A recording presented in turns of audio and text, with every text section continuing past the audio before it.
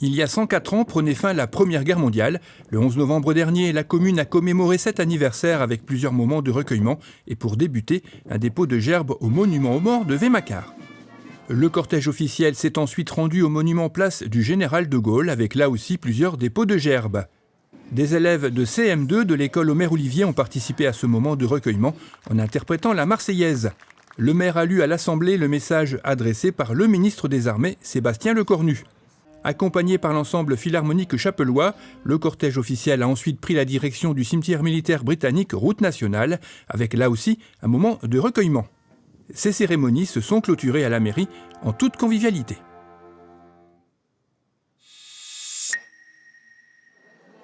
Les ateliers Tchatch et Patch et des petites mains de l'association des familles ont proposé une exposition vente de leurs derniers ouvrages sur des thèmes variés, patchwork, travaux en point de croix et couture à la main ou à la machine.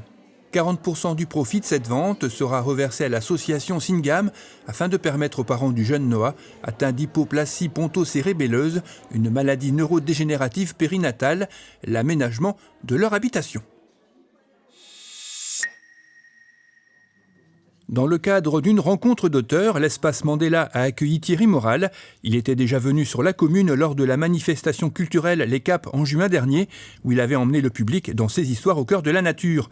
Cette fois-ci, il a présenté ses deux derniers ouvrages, avec tout d'abord Fugue en mi-burlesque, où l'intrigue se déroule en forêt de Falampin, 4 personnages pour un quatuor insolite en errance forestière, troublé par un meurtre, un roman à la fois social, comédie grinçante et chronique d'un retour aux sources. Il était suivi de 100 objectifs fixes, un recueil de poèmes esselés en quête de compagnie, de slams rompus aux auditoires reculus, d'aphorismes sortis de leur cogito, de chansons pas chantées assumant leur statut et de prose aux dialectiques décomplexées. Vous pouvez retrouver tous les ouvrages de Thierry sur son site web dont l'adresse apparaît à l'image.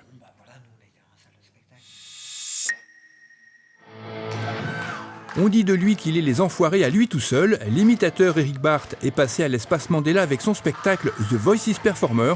Dans le milieu de l'imitation se pose toujours le dilemme entre la caricature amusante ou la performance vocale époustouflante. À travers son spectacle, Eric a choisi son camp. Il vous fait vivre son concert à lui tout seul.